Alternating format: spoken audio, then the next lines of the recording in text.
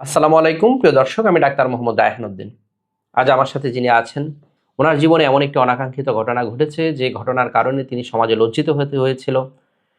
ওনার প্রথম স্ত্রী ওনার যৌন সমস্যার কারণ দেখিয়ে ওনাকে ডিভোর্স দিয়ে চলে যায়। শুধু ডিভোর্সে দিয়েই ক্ষান্ত হননি, তিনি সেখানে মূলত একটি পরকীয়া সম্পর্কে জড়িত ছিলেন। আজ আমার সাথে যিনি আছেন তিনি কিন্তু সেটা বুঝতেই পারেননি, কারণ তিনি প্রবাসে ছিলেন। প্রবাসে থাকা অবস্থায় ওনার স্ত্রী ওনাকে ডিভোর্স দিয়ে চলে যায় যৌন সমস্যার কারণ দেখিয়ে, কিন্তু ওনাকে চিকিৎসা করার সুযোগই কিন্তু দেয়া হয়নি। যৌন সমস্যা যদি হয়ে থাকে, যদি চিকিৎসা নিতেন, হয়তো তিনি আলহামদুলিল্লাহ ভালো ফলাফল পেতেন। পরবর্তীতে তিনি এই হতাশা নিয়ে আমাদের চেম্বারে আসেন। ওনার প্রথম স্ত্রী ডিভোর্সের পর পরবর্তীতে চিকিৎসা শুরু করেন এবং চিকিৎসার পর তিনি দ্বিতীয় বিয়ে করেন। দ্বিতীয় বিয়ে করার পর ওনার দাম্পত্য জীবনে আলহামদুলিল্লাহ এখন তিনি কেমন আছেন সেই গল্পটাই ওনার মুখ থেকে শুনবো। প্রথমেই বলে নিচ্ছি, প্রতিটি ভিডিও কোনো ধরনের চিকিৎসার উদ্দেশ্যে নয়, অবশ্যই চিকিৎসা নিতে উৎসাহিত করার জন্যই।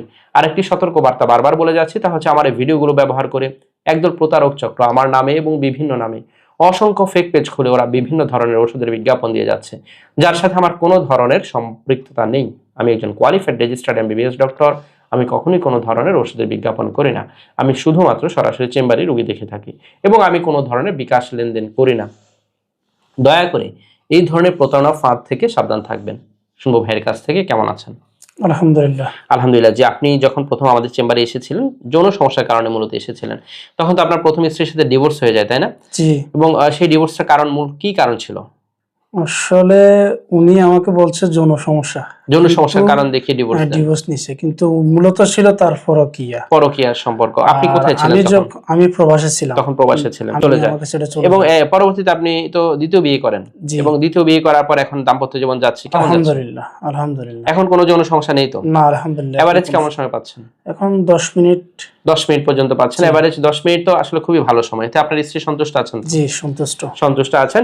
মূলত আসলে ওনার প্রথম স্ত্রী ওনাকে যৌন সমস্যার কারণ দেখিয়ে চলে গেল, ওনাকে কিন্তু চিকিৎসা করারও সুযোগ দেওয়া হয়নি, তাই না? চিকিৎসা তো করতে পারেননি প্রথম দিকে, এবং পরবর্তীতে আপনি যে চিকিৎসা নিলেন, এখানে আসার পরে এমন কোনো ওষুধ খেতে হয়নি তো যে মিলনের পূর্বেই খেতে হবে, খাওয়ার পর মাথা ধরা, বুক ধরফরে অসুবিধা? কোনো অসুবিধা হয়নি, নরমালি ওষুধ সেবন করে গিয়েছেন। এবং একটা হতাশার মধ্যে ছিলেন তিনি। প্রথম স্ত্রীর সাথে ওনার আর্থিকভাবে তিনি ক্ষতিগ্রস্ত হয়েছিলেন, বলছিলেন যে প্রথম স্ত্রীর সাথে আর্থিকভাবে ক্ষতিগ্রস্ত নিয়েও একটু হতাশার মধ্যে ছিলেন, তাই না? জি আলহামদুলিল্লাহ, সেই হতাশাটা এখন কেটেছে তো? জি আলহামদুলিল্লাহ আলহামদুলিল্লাহ। এখন দাম্পত্য জীবনে তিনি ভালো আছেন। প্রিয় প্রবাসী ভাইরা, যারা প্রবাসী বসেই আমার ভিডিওগুলো দেখেন, আপনাদের প্রতি কৃতজ্ঞতা জানাই। অনেক প্রবাসী ভাইরা রয়েছেন যারা যৌন সমস্যা হয়তো কিছুটা ফিল করেছেন, স্ত্রী হয়তো বলেছে সেভাবে আসলে খেয়াল করেননি অথবা সেভাবে পাত্তা দেননি। তাদেরকে বলবো, অবশ্যই যদি আপনার স্ত্রী এই ধরনের কোনো কমপ্লেন করে থাকে, অবশ্যই আপনি যৌন সমস্যার ক্ষেত্রে সঠিক চিকিৎসা নিয়ে সুস্থ হওয়া সম্ভব, এটি তার প্রমাণ। এবং তিনি কিন্তু এখন ভালো আছেন। তিনি বলছেন যে প্রায় 10 মিনিট কিন্তু মেলামেশা করতে পারছেন, যেটা আসলে স্বাভাবিক, তাই না?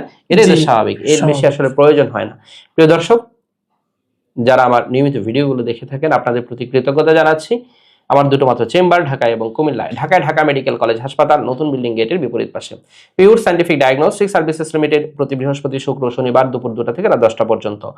কুমিল্লা ইপিজেড 1 নং গেটের বিপরীত পাশে মোল্লা হাউস, প্রতি সোম, মঙ্গল ও বুধবার দুপুর 2টা থেকে রাত 9টা পর্যন্ত। দুটো মাত্র সিরিয়াল নাম্বার, এর বাইরে কোনো নাম্বার নেই। নাম্বারগুলো হচ্ছে 01647386185, আরেকটি নাম্বার হচ্ছে 01727375654। এই দুটো নাম্বারের বাইরে কোনো ধরনের নাম্বার নেই। প্রিয় দর্শক, কোনো ডিভোর্সই কাম্য নয়, আর সেটি যদি যৌন সমস্যার জন্য হয়ে থাকে সেটি সত্যি অনেক বেশি দুঃখজনক। আর কোনো পরকীয়াই অবশ্যই কাম্য নয়, কারণ যদি আপনার কোনো দুর্বলতা থেকে থাকে, সেজন্য যদি আপনার স্ত্রী যদি এই ধরনের সুযোগ নেয়, সে সুযোগ কেন আপনি নিতে দিবেন? অবশ্যই আপনি সুস্থ হওয়ার জন্য আপনি চেষ্টা করতে হবে।